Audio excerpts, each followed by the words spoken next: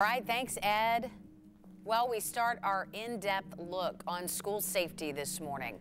Drills, lockdowns, added security measures, police officers on school grounds every day.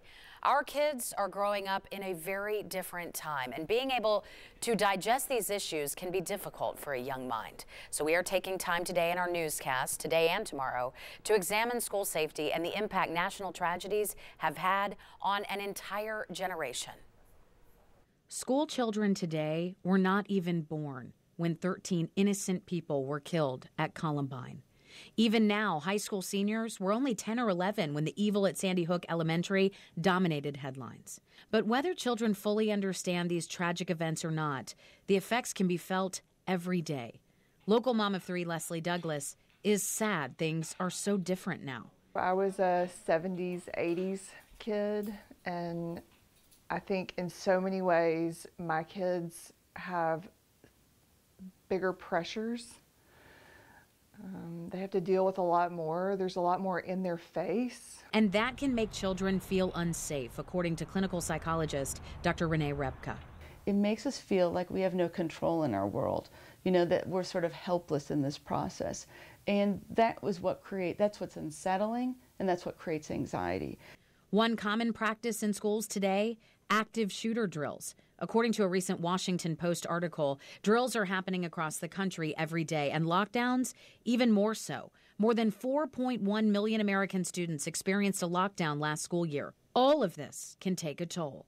The collateral from that is it's left over. It leaves residue. It leaves residue for the kids, so they don't sleep at night or they're more scared of things. And for the adults as well. It sort of hits everyone. Parents included. We're the first parents that have ever had to parent children in this kind of a culture.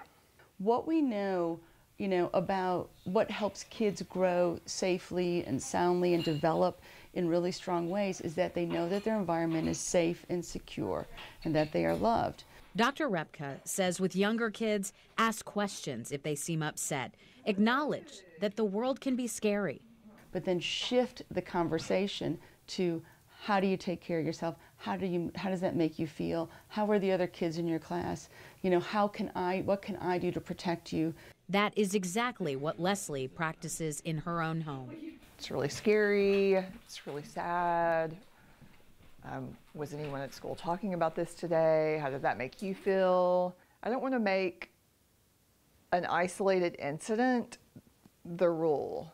Dr. Repka also suggests encouraging older kids to turn stress into action.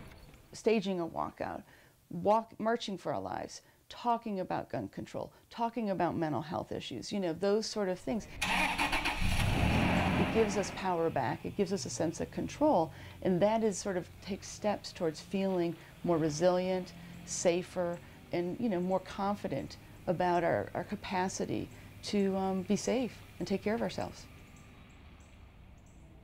And tomorrow on the show, we have a half-hour special on safety in our schools. We talk to students and a parent from East Tennessee about how they feel every day going to school or sending their child to school. Please join us in the morning for our special 10 News Today in-depth series on school safety. And right now, we'll be right back with the rest of your local headlines.